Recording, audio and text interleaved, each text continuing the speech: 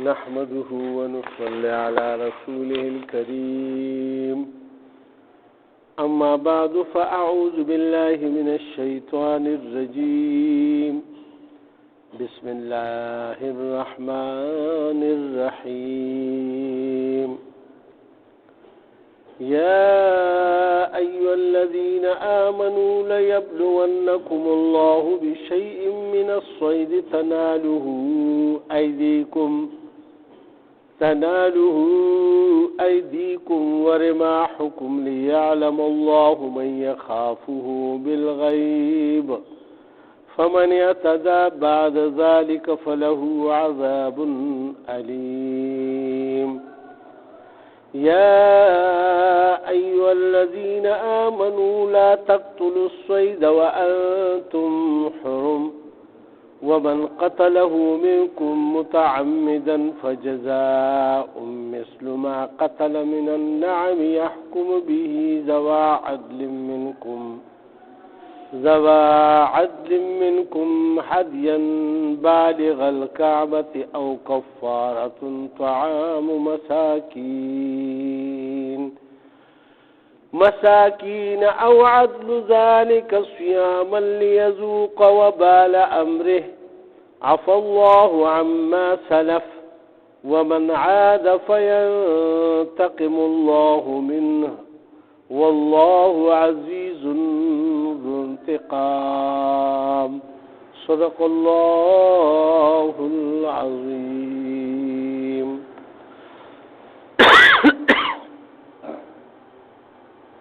دا سوره مائده اوم سپاره ده او 14 رکوع شروع کیږي نو بلکې او 14 رکوع شروع کیږي په دې کې الله سبحانه وتعالی مؤمنانو ته خطاب فرمایي یا ایها الذین آمنوا اے هغه کسانو چې ایمان مروړي دي لیبلونکم ضرور به الله پاک تاسو آزمایي الله سبحانه وتعالی بشیء من الصید د ښکار په ذریعہ سره تنالو ایدیکم چې راشي ستاسو لاسونو ته یعنی ستاسو په قبضه کې راشي ورماحکم او ستاسو د نیزو مخې ته راشي لیعلم الله من یخافه بالغیب د پاره د دې چې الله معلوم کی چې څوک یریږي د الله پاک نه پناه لیدلو سره. دلته الله سبحانه وتعالی یو خبرو کا لکه ښکار یو سړی د حج نیت کو د عمرې نیت کو د دې ځنا او په خو په ساراګانو باندې راځي تل کړه په لار کې به د پاسونو به څوک سوارو څوک به پوخانو سوارو څوک به پخورونو سوارو څوک به پیاده تلو نو مختلف ذرایع یا په خوا زمانه چې کله لا ماشینري نه وی ایجاد شوي ټرکونه موټرې داسې زونه نو بسونه وغیرہ جازونه داسې زونه نو لہذا ټول سفر داسې وی نو اکثر په لار کې و ښکار مخې لراو ښکار او خلک به مو ګولې چې د ورځو سفر بو د میاشتو سفر بو نو ضرورت به خلکو ته خوراک او بیا د ښکار غوښه خو داسې ډېره خوږی نو الله سبحانه وتعالی دا وفرمایل چې تاسو ورپسې منډه نه راوالئ لیکن ستاسو مخې ته یو شی راغو او یا ستاسو نه دومره لرې چې تاسو په نیزه باندې ویشتې شئ هغه ابو لګي بس رو به ګرځي تاسو به دا کوي ښکار عام طور هم داسې کوي خلک نو الله پاک دا وفرمایل چې تاسو به الله پاک آزمایي یعنی تاسو به حج رواني احرام به متړلی وي نو داسې موقع به تاسو له ډېرې په مخه کې په ځنګل کې راځي په بیابانونو کې چې بس بالکل ښکار به دله داسې راشي سوی او غټ ښکلی هر قسم چیلی ګډه بیزه هغه ښکاري هغه ځنګلي ځناور ځنګلي د دې نه مراد وحشي او ځنګلي ځناور حلال ځناور ساتری شوي ځناور نه چې پردي ځناور رونیسي هغه کې د دې لپاره الله سبحانه وتعالی فرمایي چې دې په ذریعه سره موږ تاسو آزمایو نو هغه ښکار چې تاسو یعنی پاسان را نیوی شي یا ستاسو نیزی هغې ته وررسي. پخوا خو نیزی یو غشي و که نه، نو الله پاک وایي دا د څه دپاره چې معلوم کړي ستاسو چې څوک یریږي د الله پاک نه په غیب.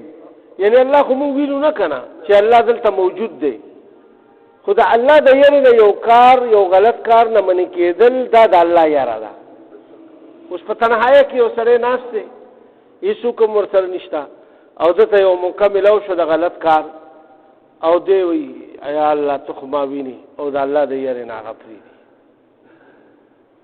نو دغه ازمایش کې دی کامیاب شو، او که چېرې فرض که ده دا کار وکړو نو دی په ازمایش کې ناکامیابه شو. نو الله پاک اوس دلته کې دا وفرمایل چې لیعلم الله، چې الله معلوم کړي او وګوري من یخافه بالغیب، چې څوک د هغه نه په غیب سره یریږي، یعنی په نالیدلې سره. الله پاک خو ښکاري نه که نه، لہذا فمن اعتدی، چې چا بیا تجاوز وکړو، یعنی دغه ګناه ته راغیب شو یا د ښکار وکړو، بعد ذلك فله عذاب الیم، پس د دې نه چې دوی ته وضاحت شو په قرآن کې، نو د دوی دپاره به عذاب دردناک وي، په دې به دوی ته عذاب ملاوي. چای که هغه ایماندار وي، خو د الله حکم یې مات کړو، لہذا الله سبحانه وتعالی به دی بیا رانیسي د خپلې ګناه هغه وبال به څه کړي په آخرت کې، که په دنیا کې ول عذاب ورکړي او که په آخرت کې. اوس الله پاک بیا بل حکم فرمایي یا ایها الذین آمنوا، ایا کسانو چې ایمان مو وروړی دی، لا تقتلوا الصید، مه وژنئ ښکار لره، وانتم حرم،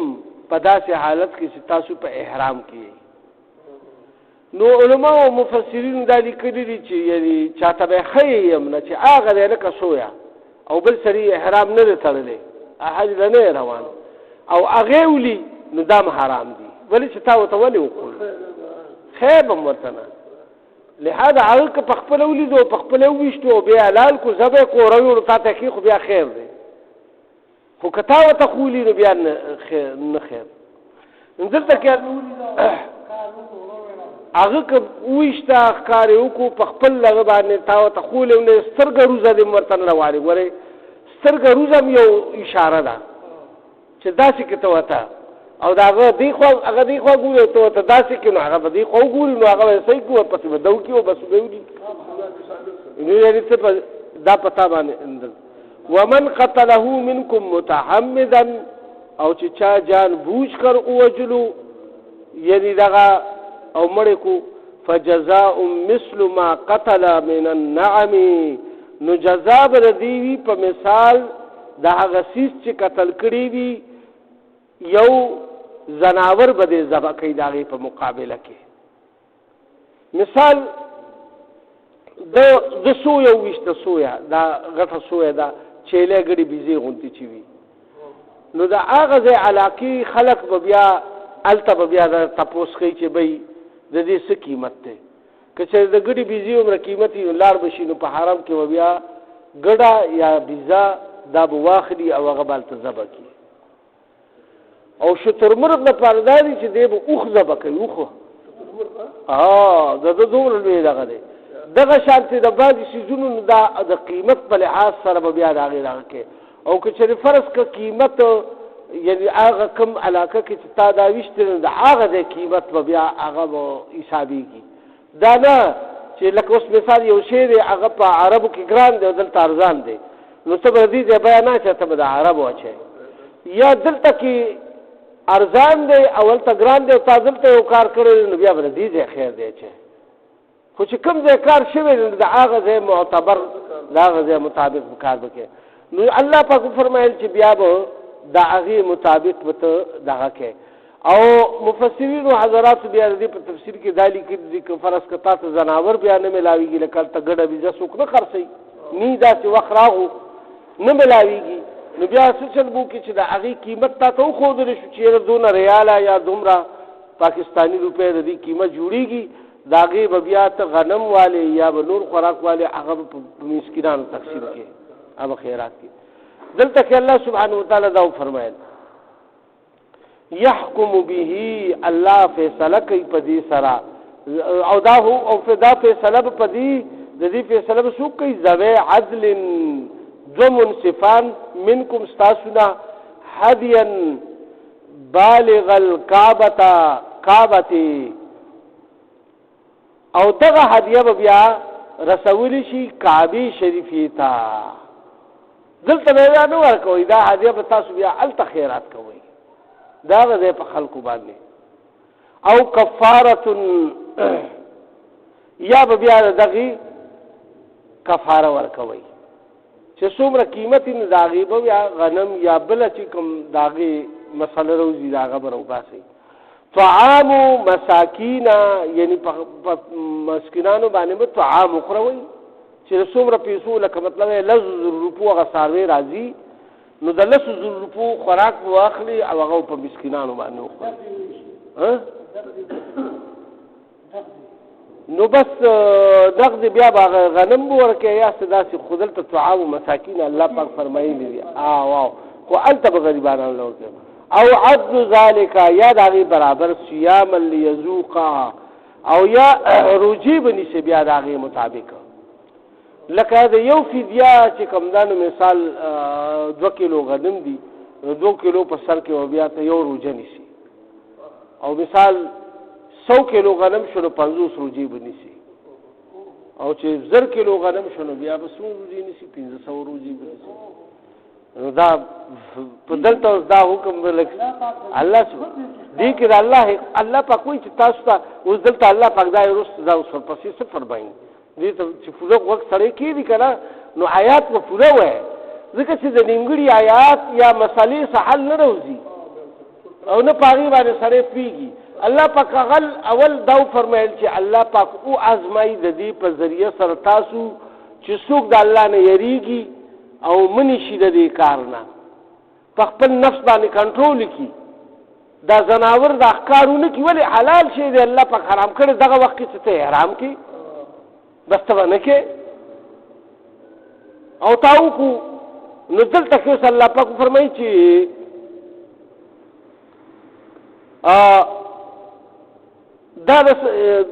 دا صيامن نو اذا بیا روجي بدي سي ليذوق وبال امره د پاره د دې چې اوسه کوي تاسو د خپل هغه کار هغه سزا دا هغه سزا اوسه کوي تاسو دلته کې او تاسو د الله د حکم د ماتولو سزا اوسه کوي ليذوقوا چې اوسه کوي وبال امره هغه وبال د دې کار چې تاسو کوم کړی دا الله حکم مات کړی عفا الله عما سلف او معاف کو الله پاک چې مخکې کوم شوي دي د دې نه مخکې د حکم نازلې دونه مخکې چې شوي دي بس شوي دي اخو شوي دي ومن عاد او چا چې دوباره بیا وکړو د دې حکم راتلو نه پس فینتقم الله منه نو بیا به بدله اخلي الله پاک د زنا په دنیا کې ته اخلي او په آخرت کې خو به ته لازمي اخلي والله عزیز او الله غالب دی په بدله غشتو کې هغه څه کمزور نه دی هغه په هر مخلوق باندې غالب دی طاقت لري قوت لري ذو انتقام د بدلی اغشتو طاقت هم لري لہذا تاسو د الله نو یریږئ اوس الله پاک فرمایي احل لكم البته حلال دي تاسو لپاره صید البحر دا سمندر میان وغیرہ رانیول په سمندر کې سفر دی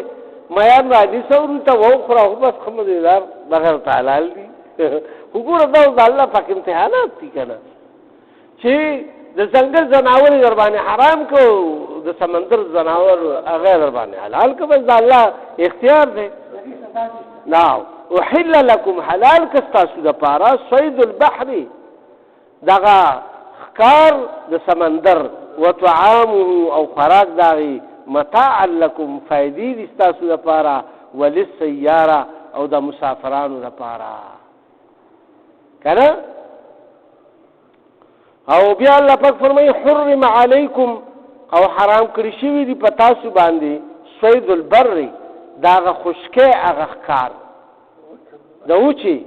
ما دمتم حرما خو تر کمی پوری چې تاسو په احرام کې احرام ختم شو یعنی عمره دې ادا کړ هغې نه پس خیر دی خو هغه هم بیا په حرم شریف کې دننه نه د حرم خپل حدود دي په هغې کې هېڅ شی وجل نه دي پکار ځناور به هم نه وجني بغیر د یو څو څیزونو نه چې هغه رسول الله صلی الله علیه وسلم مستثنا ګرځولي چا زهریله دي مار شو لړم شو منګک شو کارغه شو تپس شو داسې څیزونه یا لیونی سپی شو لیونی سپی نه دی چې لیونی شي وي خوله چې خلکو ته هغه سپی دا به بیا به چې کوم دی دا ته وجلی شي نو مطلب دا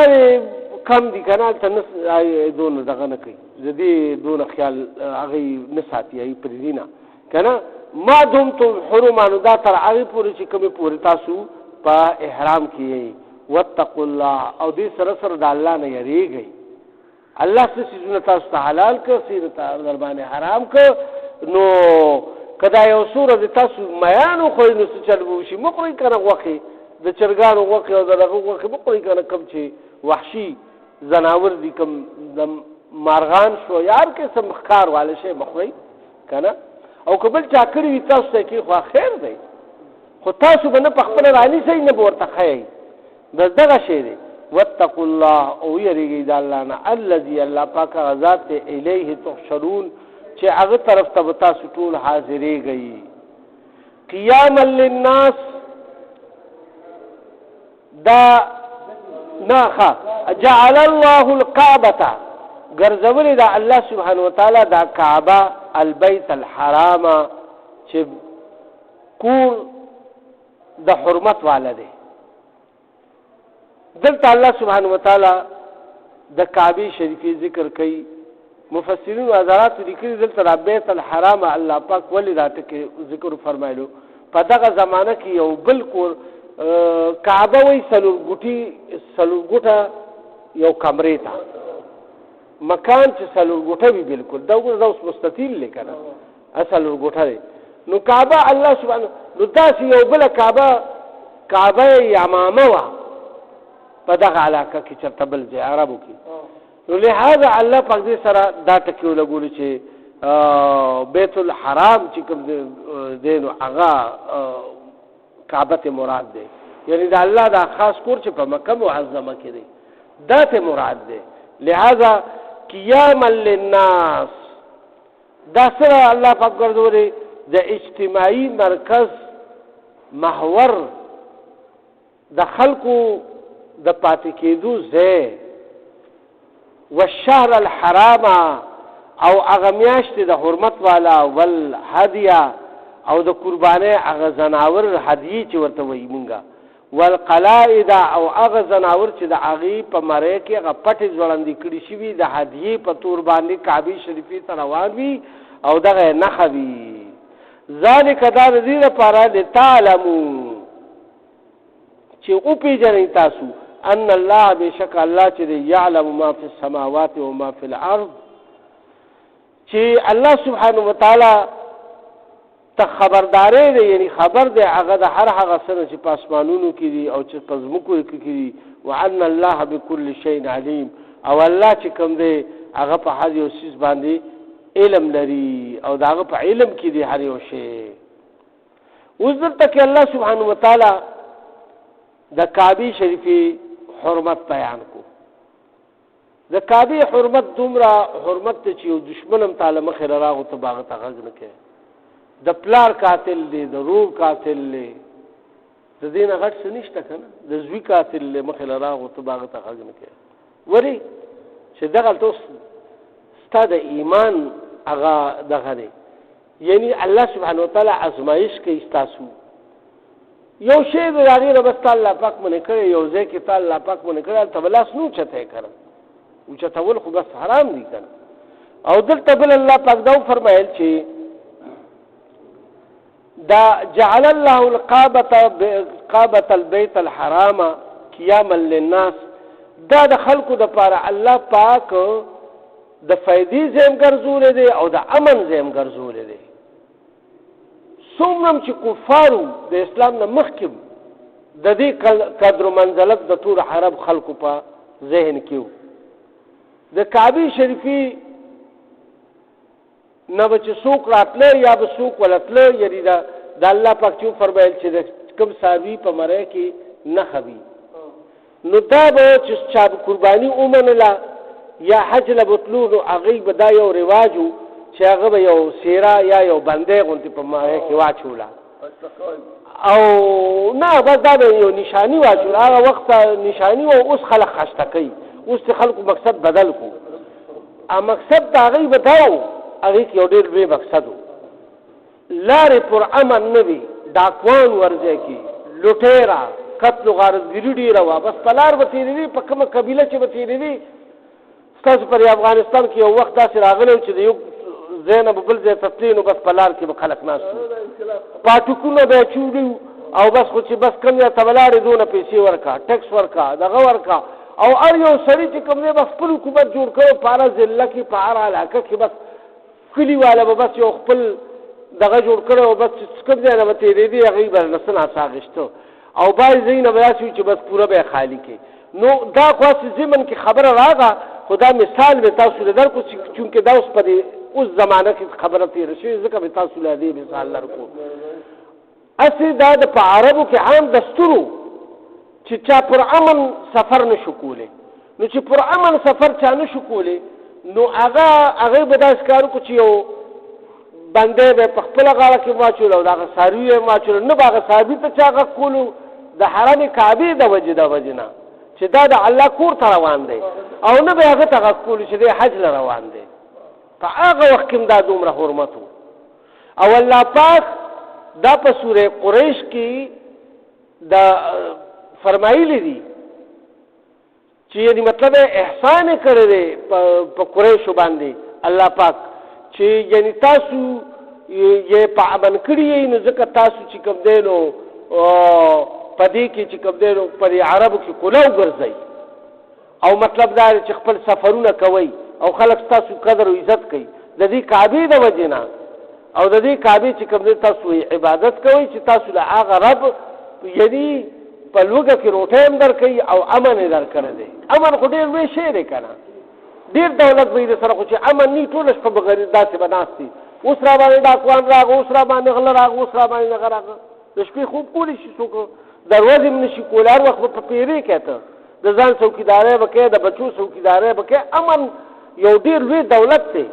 دلته کې الله سبحانه وتعالی د دې دواړو ذکر فرمایلو چې جعل الله الكعبة البيت الحرام قياما للناس والشهر الحرام، او هغه میاشتې د احرام والا څلور میاشتې وي، دا درې چې کوم وي دا د حج میاشتې وي، دا به شروع شو د حج میاشت په د ذوالحجه او د دې نه مخکې ذوالقعده او محرم، دا درې په مخه وي، ځکه چې دې کې به خلک لکه درې میاشتې ځکه وي چې دا خو په پیاده مزلې به وي که نه، نو دې کې به ډېر وخت لګېدو. او دا یو د رجب میاشت چې کومه زبرګه میاشت چې موږ ورته وایو، دا هم د احرام میاشت وه، په دې کې به جنګ و جدل په ټول عربو کې بند شو، او په دې کې به سوداګري ډېره شوه، کاروانونه به یو خوا بل خوا تله، پر امن به شو، او بس خلکو به یعنې دا یعنې د تجارتي میاشت وه. او د علاقو ګوره الله پاک د هرې علاقې لپاره خپل یو قانون جوړ کړی و، په خلکو باندې بیا دا فرض ای په زړونو کې د هغې محبت اچولي، ولې که چېرې دا شی نه وی نو بس بیا خو به خلک د لوږو تندو هلاک شوي، څیزونه به بیا نه را رسېده. مثال د شام نه یو شی را روان شو، په لاره کې به خلکو لوټ کړو، نو دې دریو میاشتو کې به بیا خلکو سفرونه وکړو، او د رجب په میاشت کې به هم سفرونه وکړو، او ځان ته به ذخیرې مخیرې هر څه برابر کړي، څنګه چې یخو علاقو والا په اوړي کې ځان ته هر څه برابر کړي، او ګرمو علاقو والا چې کوم دی په ژمي کې هر څه برابر کړي. نو دا د هرې علاقې خپل یو دستوري، نو د هغې علاقې دا دستور الله سبحانه وتعالی دلته دا وفرمیل چې دا مو د خلکو دپاره د امن دپاره جوړ کړي دي. او جی او مسجد حرام او د احرام والا میاشتې شهر الحرامي دي دغه بیا. اوس الله پاک دا ورپسې دا فرمایي اعلموا، اوس خبردار شي ان الله شدید العقاب، چې یقینا الله سبحانه وتعالی سخت سزا ورکوونکی دی، سخت سزا ورکوونکی وان الله غفور رحیم او بشک چې الله پاک بخونکی او مهربان هم دی. والله يعلم ما تبدون وما تكتمون او الله تطول عرص معلوم دی هغه ته معلوم دی ما تبدون هغه چې تاسو پټوي او ما تکتمون چې تاسو کوم ښکارا کوي او کوم پټ کوي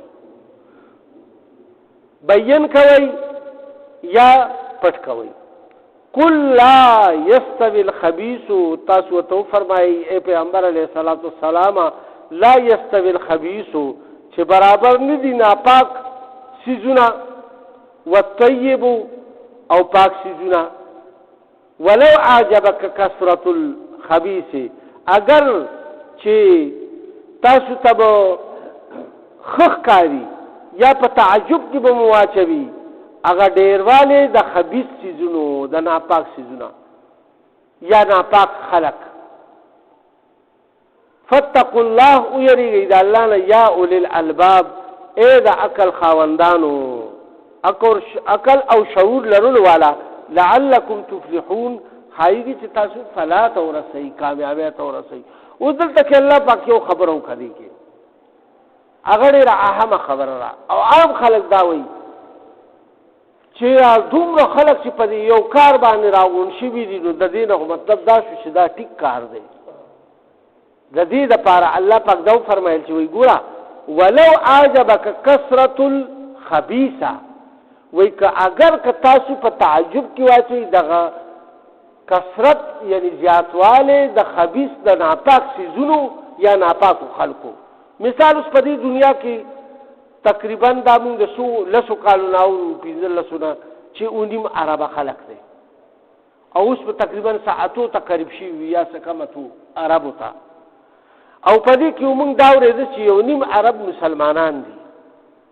او نور کفر دی نو موږ یو څو وایو چې دا ټول کفر دی او د مسلمانانو نو کامیاب غي دي نه کامیاب غي نه دي. ګوره دا خو الله پاک د نن نه په زرګونو کاله مخکې د نوح علیه السلام په مثال کې موږ تاسو ته خولې دي او د ابراهیم علیه السلام په مثال کې موږ ته خولې دي او د موسی علیه السلام په مثال کې موږ ته خولې دي. دا خبره هغه څنګه خولې نوح علیه السلام سره په 900 کاله کې د 80 یا 20 یا 50 کسان مسلمانان شيو او نور هر طرف ته کفر هی کفر یعنی په لکونو او په کروڑونو هغه وخت چې څومره آبادی ور دنیا دا ټول کفرو. نو الله پاک غټول غرق او صرف کشته والا الله پاک پرې خو د دنیا ته وخل چې کثرت د خلکو ته نه ګوري چې دا جمهوریت ته باندې په یو ګناه باندې مشتبه شول بس بدایل اجازه ورکړي د ګناه ولې چې ډیر کسان ډیرو وټونو والو ډیرو خلکو دا وی چې بس هلکه دلته کې دا جرم کیږي توبه استغفار د زنا اجازه ورکړي یا د شراب اجازه ورکړي یا د جواره اجازه ورکړي یا د سود اجازه ورکړي. نو دا الله حکم چې کوم دی کې مجروح کیږي او دا الله حکم ماتيږي نو هغه ټول دنیا مغور کی او هغه نشي ثابتې دي ولې چې الله یو شی منع کړی نو هغه ټول دنیا وایي چې دا حلال دی هغه نشي حلال دی.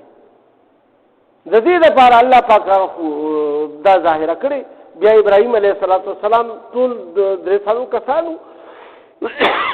هغه خدای بچ کو نمرودیان چې کوم ټول خدای پاک تبا او هلاک کړه دغه شان فرعون یان. نو الله سبحانه وتعالى دا اخل نو تاسو ولو عجبك كثرة الخبيث اگر چې خب معلومیږي یا تاسو یا تعجب کې به اچي تاسو د زیاتواله د خباثت ناپاک سيزونو یا ناپاک خلقو فتقوا الله بس يريد الله نا یا اولي الالباب اے د عقل خاوندان د عقل لکار واخلي عقل استعمال کوي لعلكم تفلحون خایږي چې تاسو فلاح تورسي کامیابی تورسي. الله پاک دې موږ ټول په دې باندې عمل توفیق راکړي. یا الله په دې کې زموږ نه څه کمی زیاتې شي په معنا مفهوم په سبق کې کمی زیاتې شي هغه راته معاف کړي او موږ سره رحم کرم والا معاملو کې زموږ ځاناسته په خپل درګاه قبول او منظوره کې موږ کې په کورونو هسپتالونو کې څومره په ټوله دنیا کې مؤمنان مسلمانان بیماران دي شفایاب کې څومره قرضداران د قرضونو اخلاص کړي د چا څه شرعي مسایل دي خدای پاک خپل غیبي خزانه ورته پوره کړي د چا څه ضرورت دي دغه ضرورت ورته پوره کړي یا الله څوک په څه قسم مصیبتونو او آفتونو کې دغه مصیبتونو آفتونو ته لري کې د ټول امت د محمد صلی الله علیه وسلم باندې رحم کرم وکړي زمونږ آبا او اجداد څومره مشران کشران چې وفات شوي دي دای مغفرت وکړي مونږ ته د راتلونکي منزلونه آسان کړي په آخر کې مو یا الله دا عظیم شان کریمه نصیب کړي چې لا اله الا الله محمد رسول الله صلی الله علیه وسلم